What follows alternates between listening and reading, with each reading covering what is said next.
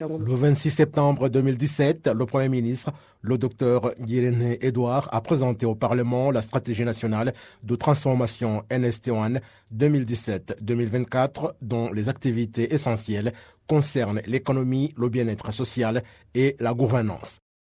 Intego ni ukurushaho kwihutisha iterambere ry'ubukungu bushingiye ku ishoramari ry'abikorera ku bumenyi. L'objectif est d'accélérer le développement économique fondé sur l'investissement privé, la science et les ressources naturelles de notre pays qui n'excluent personne.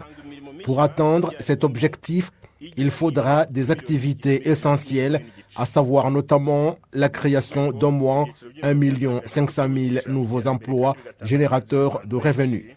Dans ce cadre, les catégories d'emplois qui accélèrent le développement et pourvoient de l'emploi à beaucoup de gens seront davantage développés. Il s'agit notamment des industries agro-pastorales, la floriculture, la culture des fruits et de légumes.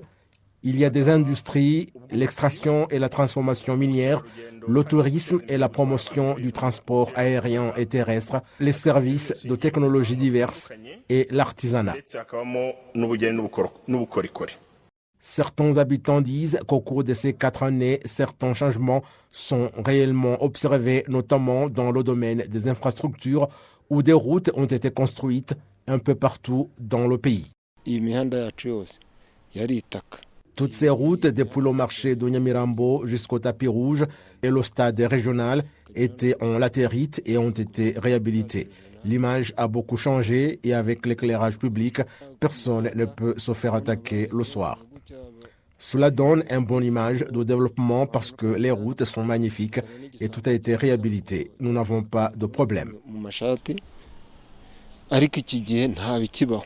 Pour l'organisation Neva Again Rwanda, ces 4 dernières années ont été caractérisées par la mise en exécution des programmes visant la promotion du bien-être social.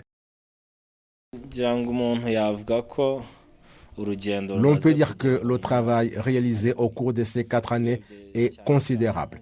L'on a observé notamment la mise en exécution des programmes visant la promotion du bien-être social en éliminant entre autres les problèmes qui étaient dans le VOP. Et puis, en ce qui concerne les contrats de performance, on tient maintenant compte de l'implication des habitants, ce qui a permis certains changements. En matière économique, le gouvernement s'était fixé l'objectif d'une croissance à hauteur de 9,1%, la création d'au moins 1 500 000 nouveaux emplois, promouvoir le programme des produits manufacturés au Rwanda et autres.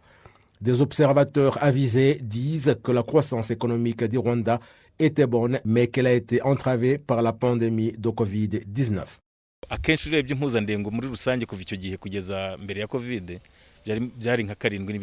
Lorsqu'on considère la moyenne d'avant la Covid-19, elle était de 7,2%. L'objectif n'était pas atteint, mais la tendance était bonne.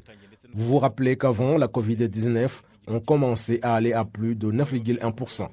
Et puis, le programme concernant la marque des produits manufacturés au Rwanda a été réalisé, les routes également.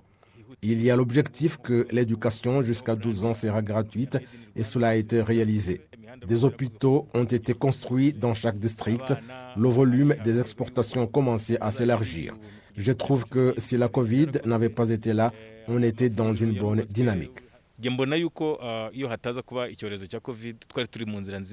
Des experts indiquent cependant que l'implication de tout un chacun s'impose pour atteindre l'objectif que le pays s'est fixé.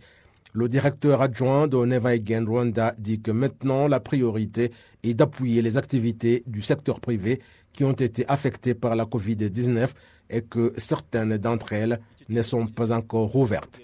L'économiste Straton Habyarimana d'ajouter que les entrepreneurs devraient comprendre que le développement leur appartient et que le pays leur fasse comprendre qu'ils ont un grand rôle à jouer.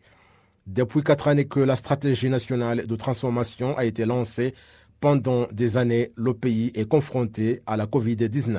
Les experts admettent que les efforts que le gouvernement a déployés dans la riposte à cette pandémie seront le déclencheur de la croissance et l'accélération de l'économie.